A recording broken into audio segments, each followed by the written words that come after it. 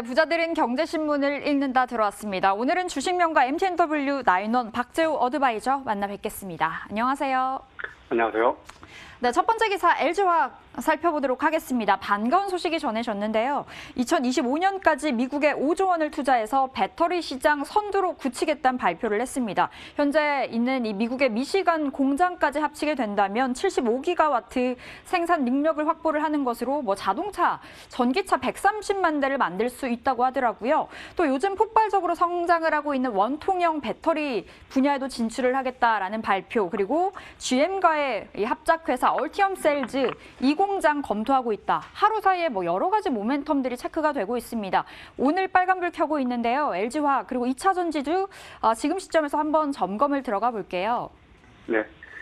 일단 한 가지 좀 말씀을 드리고 싶은 게 여러분들께서 잘 인식하셨는지 모르겠지만 전기차 같은 경우에 이제 생산 기지국이 평균적으로 자국 내, 즉 소비가 실질적으로 발생하고 있는 국가 내에서 공장이 신설이 되고 있고 그에 따른 어떤 부품이라든지 필요한 갖가지 어떤 모듈들이 그쪽에서 이제 계속적으로 생산이 되고 있는데 여러분들께서 한 가지 생각해 보신다면 왜 하필 미국일까라고 생각을 많이 하시는 분들이 계실 겁니다. LG화학 역시 마찬가지고 지금 현재 미국 내 완성차 기업도 역시 마찬가지라고 보시면 되겠습니다. 테슬라 같이 지금 현재 각각 해외 여러 국가의 공장 생산 기지국을 지금 만들고 있지만은 실질적으로 자국 내에 소비되는 어떤 전기차 같은 경우에는 실제 자국 내에서 생산 기지를 만드는 경우가 많습니다. 그런 어떤 일환으로서 LG화학 역시 마찬가지로 미국 내에서 소비되는 차량 그리고 그것 외에 주변 국가들로 수출되는 차량까지 포함해가지고 신속하게 물류 배송을 하기 위해서, 즉 어떤 배터리 공급을 하기 위해서 자국 내, 미국 내에 배터리 생산 공장 역시 마찬가지로 계속 확장해 나가고 있다 보시면 될 것이고 이런 측면에 있어서는 여러분들이 최근 시장의 어떤 약세장, 하락장 또는 어떤 박스권 내의 움직임을 좀 보이다 보니까 2차 전지 같은 경우에 상당히 고민을 많이 하셨으리라 생각을 합니다. 제가 앞서 여러 번 말씀드렸지만 반도체와 2차 전지는 올 한 해 동안 계속적으로 지켜보셔야 될 섹터이자 테마입니다.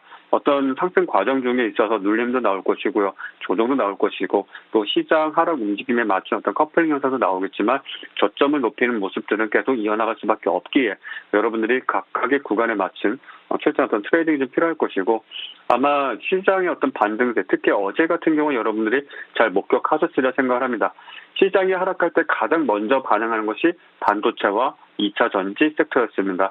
물론 2차 전지 같은 경우는 테슬라의 영향을 불가피하게 피할 수 없었던 부분들도 있었겠지만 시장이 반등세를 주면서 역시 마찬가지로 가장 먼저 반응했던 것이 반도체와 2차 전지였다는 점 미리 여러분들께 좀 말씀드리도록 하고 앞으로도 시장의 움직임에 맞춘 어떤 커플링 현상을 계속적으로 보여줄 수밖에 없는 섹터이기 때문에 단기적인 수익 챙겨 나가시면서 중기적인 포지션 끌고 나갈 수가 있겠고 대표적으로 LNF라든지 포스코 케미칼 또 앞서 앵커님께서 말씀해 주신 LG화학 이 모든 것들 역시 마찬가지로 상당히 긍정적으로 봅니다. 하지만 늘 말씀드리지만 주식은 그저 좋은 주식을 오랜 시간 보유한다라는 개념에서 조금 벗어나셔가지고 결국에는 포지션 싸움이고 그 안에서 타이밍을 내가 적절하게 얼만큼 잘 잡을 수가 있는가가 관건이 된다는 점 잊지 말아주시겠고 해당 섹터 내에서도 그런 어떤 타이밍적인 부분들 고려하셔서 포지션 잡아주시기 바라겠습니다. 네, 그간 박재호 의원의 이 반도체와 2차 전지 시각은 늘 긍정적이셨습니다. 올해도 계속해서 주목해보자. 올 한 해 주목해보도록 하겠고요. LNF 포스코 케미칼, LG화학 언급해 주셨습니다. 자, 두 번째 기사 볼게요. 간밤 쿠팡이 뉴욕 증시에 화려하게 상장을 했습니다. 장 마감가로 40%가 넘게 올라서 마감을 했는데 이 소식에 오늘 또 한 차례 쿠팡 관련주들이 달려주고 있고요. 그런데 이제 쿠팡의 바통을 이어받아서 마켓컬리가 연내 뉴욕 증시 입성할 것이다 이야기가 나와주고 있습니다.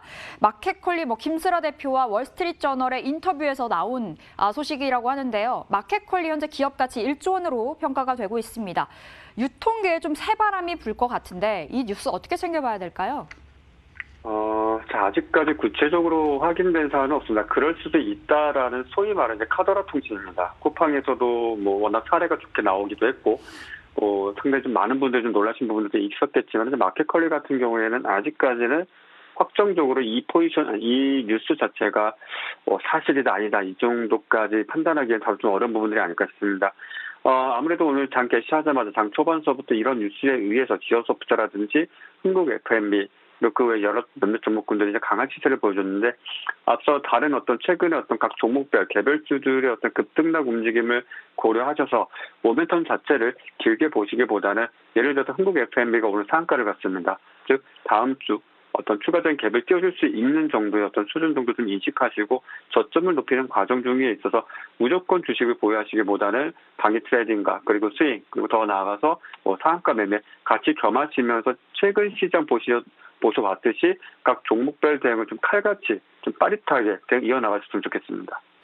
네, 마켓컬리 뉴욕에 상장할까 이슈는 어느 정도 체크를 해봐야 되는 부분인 것 같고요. 좀 단기적으로 빠릿빠릿하게 좀 대응을 해보도록 하겠습니다.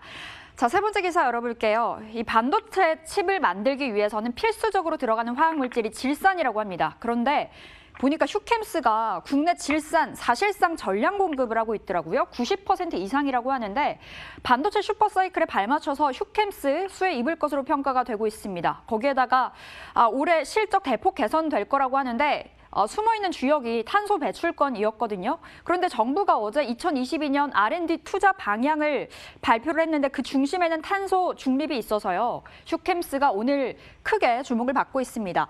아까 반도체 2차 전지 올 한 해 계속 바라보자 이야기 주셨는데 관련주인 휴캠스도 마찬가지겠죠?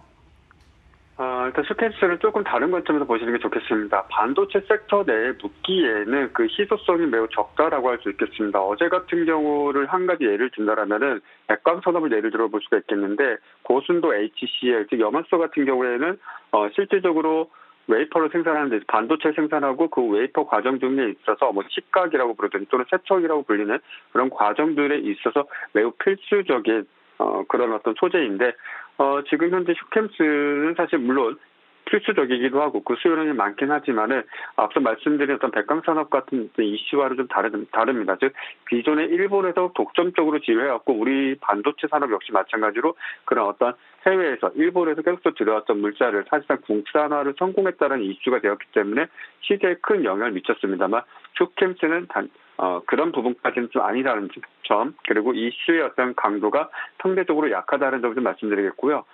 탄소 중립과 관련돼서는 앞으로 이제 대선이 있습니다.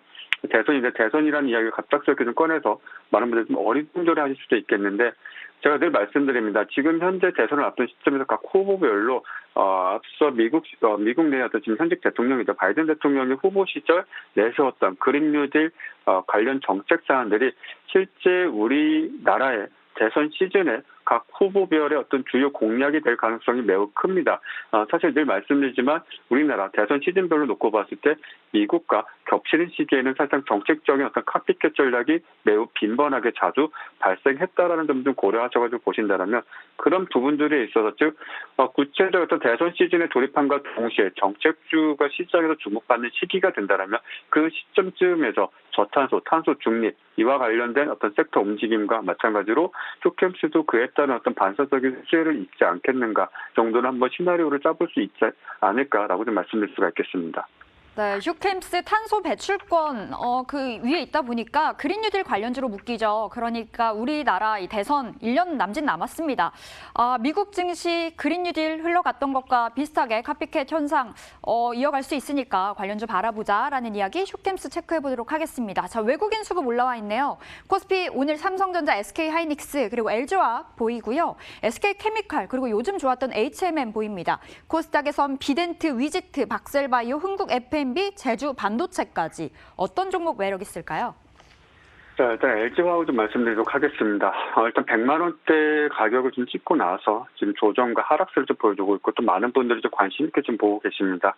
올해 같은 경우에 실질적으로 정말 실적을 꾸준하게 이어나가고 있는 종목군들 위주로 중장기적 어떤 상승을 보여줄 수 있는 구간들이기 때문에 LG화학 지금 현재 단기적으로 강한 상승세를 보여주기는 어렵겠으나 더 이상 내리지 않을 가격, 더 이상 밀리지 않을 가격 어느 정도 확인했다고 보여지고요. 그 과정 중에 있어서 단 하루에 어떤 외국인과 기관의 수급 유입되는 것에 따라서 일일비하지 마시고 최소 3일, 길게는 5일 이상 꾸준한 쌍끌이 매수 또는 특정 집단이 집중적으로 매수해주는 수급상을 좀 확인하시면서 그에 따른 포지션을 좀 잡아볼 수 있겠고요. 두 번째로 이제 코스닥 시장에서 비덴트 정도 좀 말씀드릴 수가 있겠습니다. 차트상으로 놓고 본다면 상당히 고가권에서 횡보세를 좀 보여주고 있습니다. 다만 비덴트를 좀 관심 있게 지켜봐야 될 이유는 계속적으로 이슈가 재생산되고 있습니다. 그 재생산되는 이슈 자체가 기존의 어떤 풍문에서 조금씩 구체적인 상황으로 접어들고 있는데, 물론 사실 확인되지 않았고 역시 마찬가지로 그 어떤 것도 이루어지진 않았으나 어느 정도 가능성을 열어두고 지금 현재 주가가 크게 밀리지 않는 구간 내에서 다시 한번 이슈가 몰아칠 수 있는 부분들이 있기 때문에 보유를 통해서 수익을 내시기보다는 지속적으로 관심 있게 주가를 추적하시되 상황에 따라서 또 시장 이슈, 앞서 마켓컬리에서 보셨던 것과 마찬가지로 이슈가 발현되는 시점, 그리고 그 이슈에 시장이 반응하는 모습, 이것들을 확인하시면서 대응의 관점에서 한번 거래해 보실 수도 있겠다라는 판단으로 비덴트와 함께 말씀드리도록 하겠습니다. 네, 최근 빗썸 인수와 관련해서 비덴트가 움직이고 있는데요. 비덴트 사실 여부 체크해봐야 되겠지만 관심 갖자라는 이야기, 그리고 아까 봤던 LG화학까지 언급을 해주셨습니다. 자, 이렇게 오늘 주식명가 MTNW 나인원 박재호 전문가, 박재호 전문위원 함께했습니다. 말씀 고맙습니다. 감사합니다.